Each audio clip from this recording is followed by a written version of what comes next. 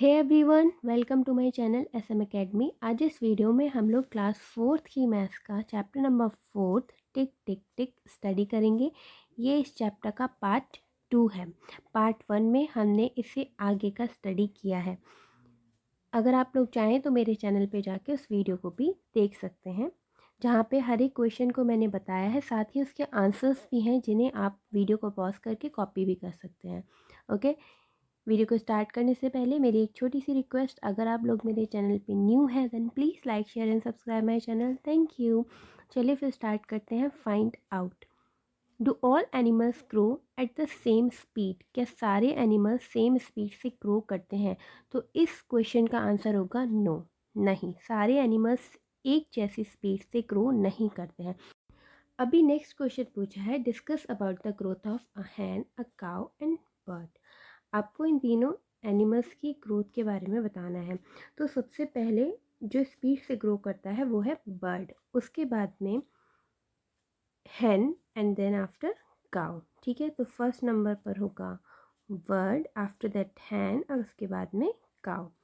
और आपको क्या करना है, draw the picture of the baby animals and the big animals. ठीक है, तो ये तो आप खुद से करोगे, एक एक्टिविटी है। आफ्टर दैट यहाँ पे दिया हुआ है, here the picture of the grand parents posing for a photograph who look the older to you. ठीक है, यहाँ पे ग्रैंड पेरेंट्स हैं, ये एलिफेंट का है, ये रेड का है और ये रानी है। ये तीनों के ग्रैंड पेरेंट्स की पिक्चर्स हैं। अब आपको बताना है कि हु लुक्स द ओल्डेस्ट, कौन सबसे ज़्यादा ओल्डेस्ट लग रहा है। तो क्लियरली पता लग रहा है रानी के ग्रैंड फादर जो है वो ज़्यादा ओल्ड लग रहे हैं। ठीक, आगे इन क्वेश्चंस के आंसर्स जो अभी हम लोगों ने सॉल्व किए थे। अब नेक्स्ट क्वेश्चन है, how much older is Appu's grandfather than Rani's grandfather. Appu कौन था? अप्पू एलिफेंट का नाम था, राइट। तो उसके ग्रैंडफादर की एज कितनी है? अगर आप लोग आपकी बुक में देखोगे तो अप्पू के ग्रैंडफादर की एज है 95। ठीक है, और रानी के ग्रैंडफादर की एज है 70। तो अगर आप माइनस करोगे तो क्या हो जाएगा, आंसर आ जाएगा 25। ठीक है, अब फिर पूछा गया है, will Chuchu's grandfather ever grow as old as Appu's grandfather? तो इसका आंसर होगा नहीं, नो, क्योंकि अप्पू के ग्रैंड फादर की जो एज है वो है 95 और चूचू के ग्रैंडफादर की जो एज है वो क्या है, 2 ईयर ओल्ड ओनली। अब नेक्स्ट क्वेश्चन पूछा गया है, how much younger is Chuchu's reds grandfather than Rani's grandfather. ठीक है, तो चूचू क्या था, रेड है, सॉरी, चूचू कौन है, रेड है। और रानी कौन है, रानी के ग्रैंडफादर तो वो तो मेल इंसान है, ह्यूमन है। तो अब उनका आपको आपको डिफरेंस बताना है। तो रानी के ग्रैंडफादर की एज है 70 और चूचू के ग्रैंडफादर की एज कितनी है, 2 ईयर ओल्ड। तो अगर आप माइनस करोगे तो आंसर क्या हो जाएगा, 68 ईयर ओल्ड। और यहाँ पर यही पूछा है कि ये जो इनके चूचू रेड था उसके ग्रैंड फादर जो है वो रानी के ग्रैंडफादर से कितने ज़्यादा यंग है। तो आप बता सकते हो कि 68 ईयर ओल्ड। ठीक है, अब इन सारे क्वेश्चंस के आंसर यहाँ पर हैं। आप आराम से वीडियो को पॉज करके सारे क्वेश्चंस को देख सकते हो और चाहो तो कॉपी भी कर सकते हो। ठीक है, नेक्स्ट टॉपिक है, holidays are fun. Atif holidays has begun. Atif के हॉलीडे स्टार्ट हो गए। ही वॉज वेरी एक्साइटेड, वो बहुत ज़्यादा एक्साइटेड है। He had made some wonderful plans and wanted to tell his cousin Sabana. वो वंडरफुल प्लान्स बना रहा है और वो सारे के सारे अपनी कज़न जो सबाना है उसको बताना चाहता है। So he wrote her a letter. तो उसने क्या किया कि अपनी कज़न के लिए एक लेटर लिखा। वो यहाँ पे लेटर बताया हुआ है। अब यहाँ पर लेटर दिया हुआ है जो आतिफ ने अपनी बहन सवाना के लिए लिखा है। देखो, रीड करते हैं। डियर सवाना आपा, hello, how are you? I am fine here आपा, my holiday have started from today. वो पूछ रहा है पहले तो कि आप कैसी हो। आफ्टर दैट वो बता रहा है कि मैं ठीक हूँ और आज से मेरे हॉलीडे स्टार्ट हो रहे हैं।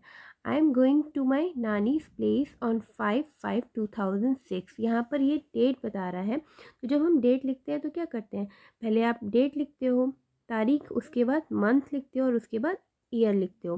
तो अगर हम इसे रीड करेंगे तो कैसे रीड करेंगे, 5 मई 2006। वो अपनी नानी के घर जब जा रहा है तो कब जा रहा है, 5 मई 2006, और I will be back on 20 मई 2006, मतलब वो 20 मई को वापस आ जाएगा अपने घर। My school will reopen on 30 May 2006। When does your school close, आपके स्कूल कब क्लोज होंगे। Why don't you come here, आप यहाँ क्यों नहीं आ जाते। We will have great fun, हम लोग बहुत मस्ती करेंगे। ठीक है, bye for now and Atif, यहाँ पर वो अब बाय बोल रहा है और लास्ट में उसने अपना नाम लिखा है। ठीक है, तो इस तरीके से लेटर लिखते हैं। Savana who stays in Nagpur, Savana जो नागपुर में रहती है, गॉट दिस लेटर ऑन 6/5/2006। जो सवाना नागपुर में रहती है उसको लेटर कब मिला, 6 मई 2006 को। She wrote back to Atif, उसने वापस से रिप्लाई में आतिफ को अब लिखा। ठीक है, तो यहाँ पर जब उसने लिखा है, स्टार्ट किया है, तो नागपुर में ये डेट थी। Dear Atif, hello, I am doing well here, I got your letter yesterday, मैं ठीक हूँ और मुझे तुम्हारा लेटर कल मिला। Happy holiday, my school will close on 1 June 2006। वो बोल रही है कि मेरे स्कूल जो है वो 1 जून को, 1 जून को बंद होंगे। And it will reopen on 10 अगस्त, वो बोल रही है कि मेरे स्कूल रीओपन कब होंगे, 10 अगस्त को। I will go on school trip to Goa and will return on 7। अब 6 यानी कि वो यहाँ पर 6 लिखा हुआ है, तो कौन से मंथ की बात कर रहे हैं, जून की। ठीक है, तो वो बोल रही है कि हम लोग 7 जून को वापस आ जाएंगे। And I will try to come to Ajmer after that, और मैं कोशिश करूँगी कि उसके बाद अजमेर आ सकूँ। ठीक है, उसके बाद उसने बाय बोल दिया। अब देखो, आतिफ ने अपना लेटर कब लिखा, 1 मई को। ठीक है, and you remember how we write a date in numbers, आपको याद है कि हम लोग जब डेट लिखते हैं तो नंबर्स में कैसे लिखते हैं। तो यहाँ पर एक एग्जाम्पल बताया हुआ है कि इन्होंने 1 मई को पहले नंबर्स में ऐसे लिखा है, फिर उसके बाद इस तरीके से भी लिखा है इसको चेंज करके। ठीक है, अब यहाँ पे क्वेश्चन दिए हुए हैं, जैसे कि ना write which date these stand for, ये जो डेट है उनको आपको इस तरीके से चेंज करके कन्वर्ट करके लिखना है। तो अगर हम इसकी बात करें, वो 5वां महीना कौन सा होता है, होता है मई, तो हम इसको क्या लिखेंगे, 20 मई 2006। ठीक है, सेम इसी तरीके से मई के बाद कौन सा आता है, जून। ठीक है, तो ये क्या हो जाएगा, 7 जून। उसके बाद ये क्या हो जाएगा, 1 जनवरी। ठीक है, तो ये आप चेंज करके सेम लिख दोगे, आगे आंसर्स आपको मिल जाएंगे। उसके बाद इनको आपको नंबर्स में लिखना है, जैसे ये लिखे हुए हैं वैसे सेम इनको हमें यहाँ पर लिखना है। जैसे कि फर्स्ट क्या है, 1 जून, तो क्या हो जाएगा, 1/6, और क्या हो जाएगा, 2006। सेम इसको 30, फिर लिखेंगे 5 और उसके बाद 06, और इसको भी सेम ऐसे ही चेंज करके लिखेंगे। तो अगस्त 8वां महीना होता है, तो इस तरीके से हम लोग चेंज करेंगे। ठीक है, अब नेक्स्ट पूछा है, how long did it take the letter to reach from Ajmer to Nagpur, Ajmer से नागपुर लेटर पहुंचने में कितना समय लगा। तो अजमेर में जब आतिफ ने अपना लेटर लिखा था तो डेट क्या हो रखी थी, 1 मई। ठीक है, यही डेट बताई थी। और जब लेटर नागपुर पहुंचा था तो क्या डेट हो रखी थी, 6 मई। ठीक है, तो अगर आप देखो तो कितने दिन लगे, 1 तारीख से 6 तारीख तक 5 डेज लगे। ठीक है, तो इसका आंसर क्या हो जाएगा, 5 डेज। अब नेक्स्ट क्वेश्चन पूछा है, how many days will Atif spend at his nannies place, नानी के प्लेस पर वो कितने दिन रहेगा। तो देखो, वो 5 मई को गया था। ठीक है, और 20 को वो आ गया, 20 मई को ही वो आ गया, तो कितने दिन रुकेगा। अगर हम 20 में से 5 को माइनस करें तो क्या बचेगा, 15। तो डैट मीन्स वो 15 डेज तक अपनी नानी के घर पर रुका। ठीक है, तो इन सारे क्वेश्चंस के आंसर्स आपको यहाँ पर मिलेंगे, आप आराम से देख लेना। ठीक है, उसके बाद फिल इन द टेबल, आपको ये टेबल दी हुई है जिससे आपको फिल करना है। ठीक है, कुछ नहीं, सवाना के हॉलीडे कब से कब तक थे और कितने दिन तक थे आपको वो बताना है। उसके बाद आतिफ के हॉलीडेज़ के बारे में बताना है। तो सवाना के जो हॉलीडे स्टार्ट हो रहे थे वो थे 1 जून से 10 अगस्त तक। तो टोटल कितने दिन तक थे, 70 डेज तक। और आतिफ के स्टार्ट हो रहे थे 1 मई से 30 जून तक, तो कितने दिन तक, 60 डेज तक रह रहे थे।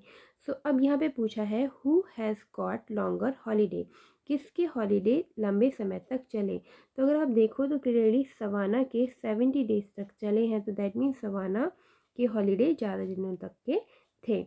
आगे यहाँ पर ये टेबल है जहाँ पर आपको आपके हॉलीडेज़ के बारे में बताना है, तो ये एक एक्टिविटी है जो आप खुद से करोगे, ठीक है। और अगर आपको नहीं समझ में आ रहा कि क्या आंसर्स करूँ, तो मैंने इसका आंसर भी यहाँ पर दिया हुआ है, आप चाहो तो कॉपी कर सकते हो। ओके, आगे बढ़ते हैं। On 15 May 2006 Chandran went to a shop to buy butter. Chandran एक दुकान पे गया 15 मई को बटर खरीदने के लिए, and he check the packet to see if this butter was safe to eat. उसने पैकेट को चेक किया कि क्या बटर खाने के लिए सेफ है। It was written on the packet, packet पे लिखा हुआ था, क्या लिखा था, best before 180 days from the date of packing. Packing की डेट के बाद ये 180 डेज तक ही सेफ है, ठीक है। So then he check the date of packing, उसने फिर क्या किया, पैकिंग डेट चेक की। तो पैकिंग डेट क्या थी, 15 जनवरी 2006। Now help him find out if he should buy this butter or not. आप लोगों को हेल्प करनी है कि उसे बटर खरीदना चाहिए या नहीं। फर्स्ट क्वेश्चन पूछा है in which month was the butter packed. अगर आप देखोगे तो उसमें क्लियरली बताया हुआ है कि 15 जनवरी को वो बटर पैक किया गया था। उसके बाद क्वेश्चन पूछा है which month will it be 180 days after 15 जनवरी 2006। 15 जनवरी 2006 के बाद किस मंथ में 180 डेज हो जाएंगे, ठीक है। तो 15 डेज जनवरी के ऑलरेडी निकल चुके हैं, तो जनवरी में कितने टोटल डेज होते हैं, 30, ठीक है ना, 30 डेज होते हैं टोटल। अब 13 में से 15 तो निकल चुके हैं, तो कितने बचे, 15 डेज तो आपके बच जाएंगे जनवरी के, ठीक है। उसके बाद आएगा फरवरी, तो फरवरी में कितने होते हैं, 28 डेज। उसके बाद आ जाते हैं मार्च, मार्च में 31 डेज हो जाते हैं। फिर अप्रैल आएगी 30 डेज, फिर मई आएगी उसमें 31 डेज, फिर आएगी आपकी जून जिसमें होते हैं 30 डेज। तो टोटल कितने डेज हो जाएंगे, 167। यहाँ तक कितने दिन हो गए, 167। जनवरी से लेकर के आपके जून तक कितने दिन हो गए, 167 डेज। अब आपको बोला है कि 180 डेज तक आप इसको यूज़ कर सकते हो। अगर हम 180 में से 167 को माइनस कर दें तो कितने दिन बच जाएंगे, यहाँ पर 30 डेज अभी भी बचे हैं। तो इसका मतलब जून तक वो खाने के लिए सेफ था। तो 13 जुलाई में जा कर के आपका ये जो पैकेट है बटर का वो एक्सपायर हो जाएगा, ठीक है। ओके, समझ आया। उसके बाद नेक्स्ट क्वेश्चन आपसे पूछा है कि can Chandran eat it on 15 मई, तो इसका आंसर हो जाएगा यस,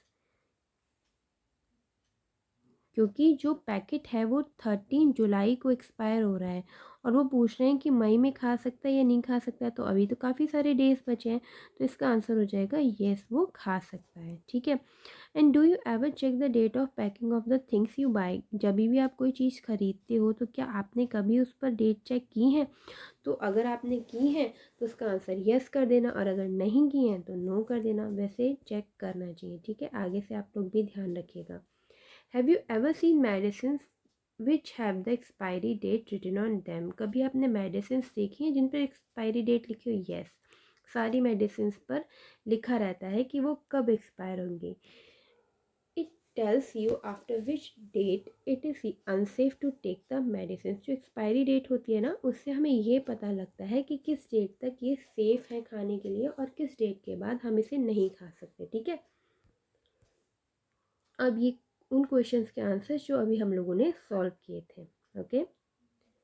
आगे find out which are the other things that comes with an expiry date. तो बहुत सारी ऐसी चीज़ें होती हैं जिनकी एक्सपायरी डेट होती है, जैसे बटर तो अभी हमने देखा, ब्रेड होती है, मेडिसिन होती हैं, कॉस्मेटिक्स होते हैं, ठीक है।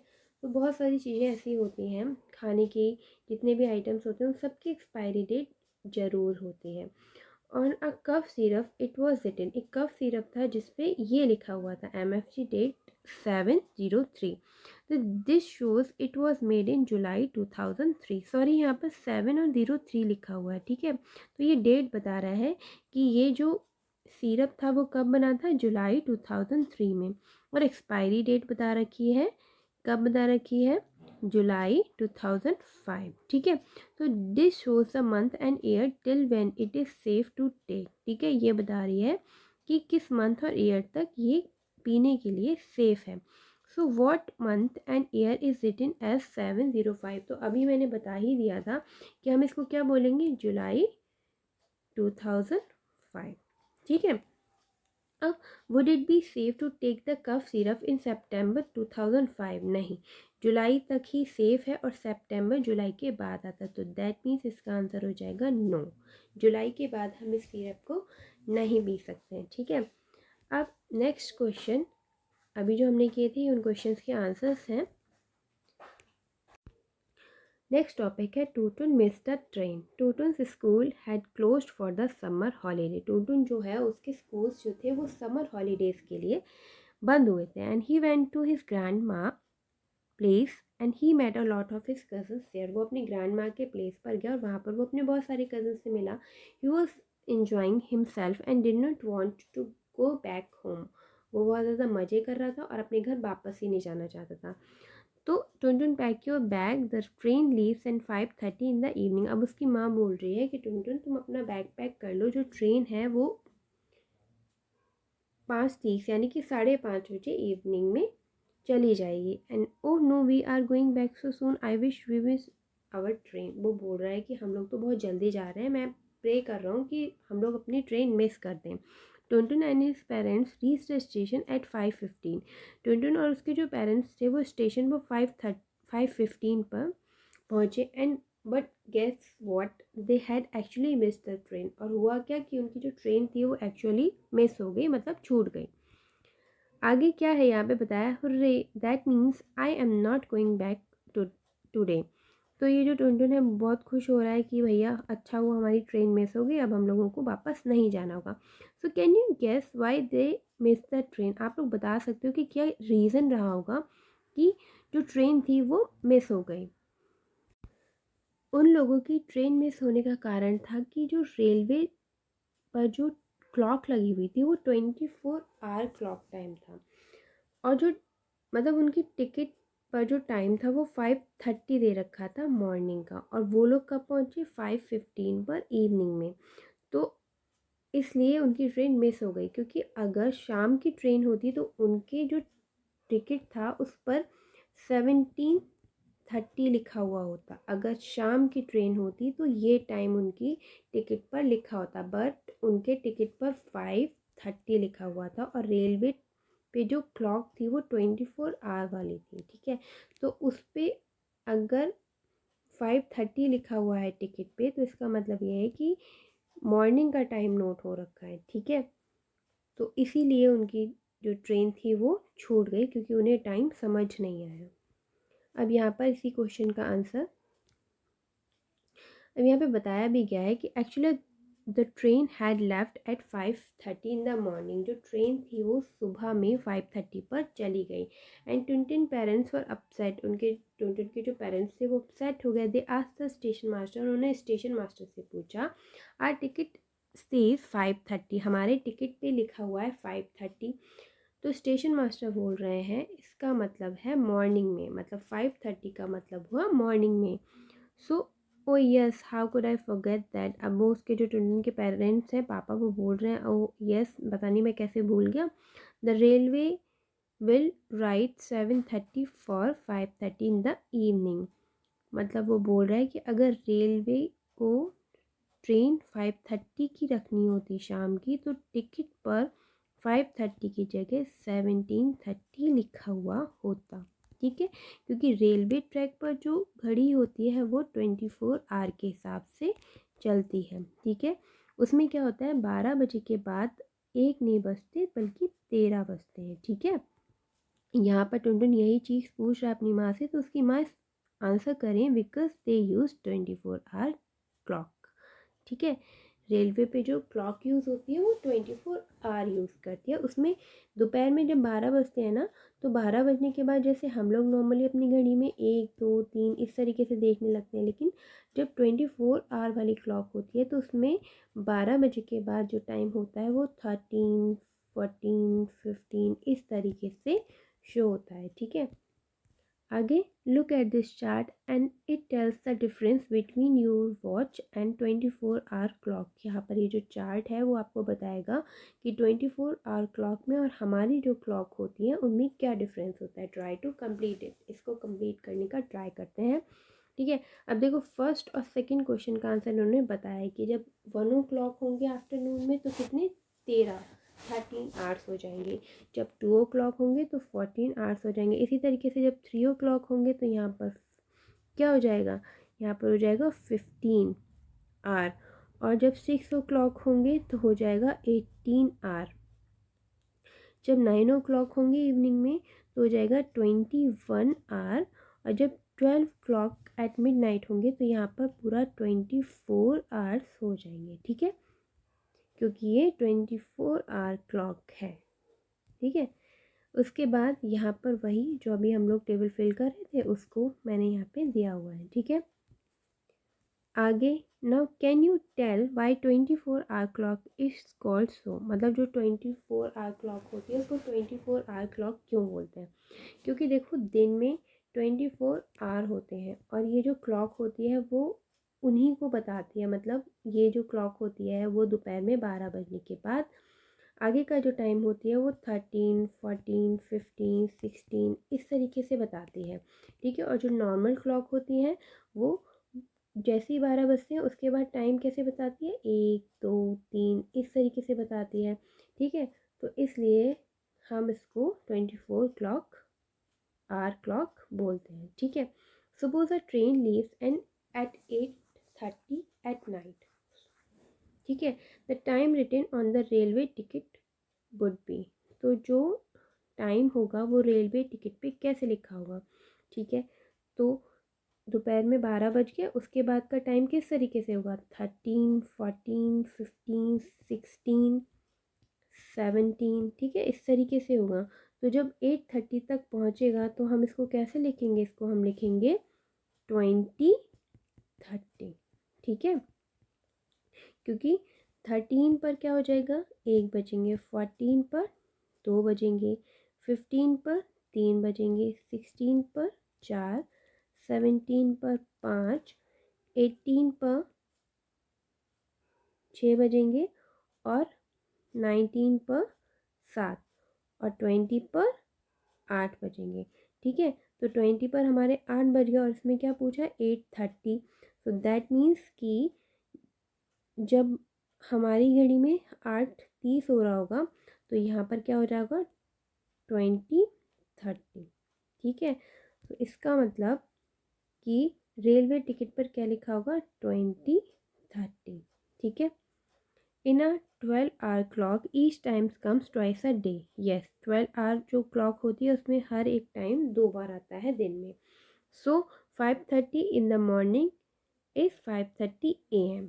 ठीक है, और अगर 5:30 इन द इवनिंग तो हम उसको कैसे लिखते हैं, 5:30 PM। ओके, तो अभी हमने ये जो क्वेश्चंस किए ये उन सब के आंसर्स हैं। उसके आगे अच्छा, यहाँ पर एक क्वेश्चन पूछ रहा था ये बच्चा, what about 12:30 in the afternoon.